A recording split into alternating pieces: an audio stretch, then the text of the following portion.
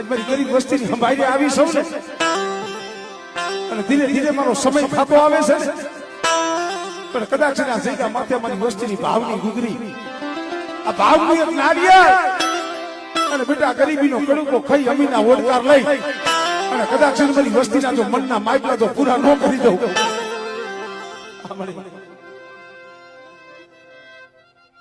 હા